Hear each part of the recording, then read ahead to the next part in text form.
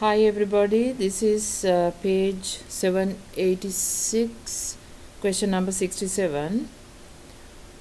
Consider the relationship ln k equals negative delta h0 over r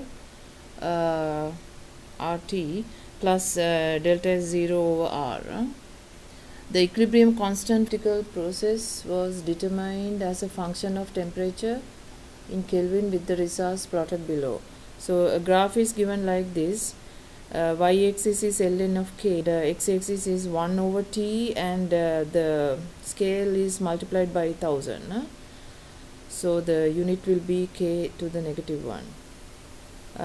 So this graph is given. The question is, from the plot, determine the values of delta H0 and delta S0 for this process.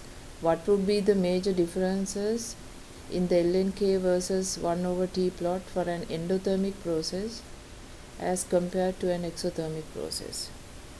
So you can see this is a linear regression equation. Y equals mx plus b. So the slope is delta h0 over r, negative. It's a negative slope. So let's calculate the slope from the plot. Slope is the delta y over delta x. So 0 divided by 3.0 times 1000 minus 0.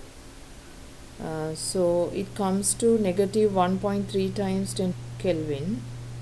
So when you equalize it here, 1.3 times 10 to the negative 4th Kelvin equals negative here, negative delta H0 over R, and from this you can calculate delta H0, which comes to be 1.1 times 10 to the 5th joules per mole.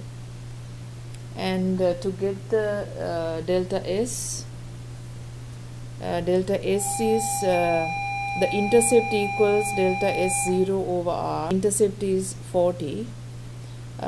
So delta S0 equals 40 times 8.314 joules over mole K, comes to 330 joules per mole K. So you can see when delta H is positive, the slope is negative. So for a endothermic process, the slope is negative. If it is exothermic, we will expect the slope to be positive. That's what it is asked, right? What would be the major difference in the plot endothermic process as compared to an exothermic process? Okay, I answered the question. All right, have a good day.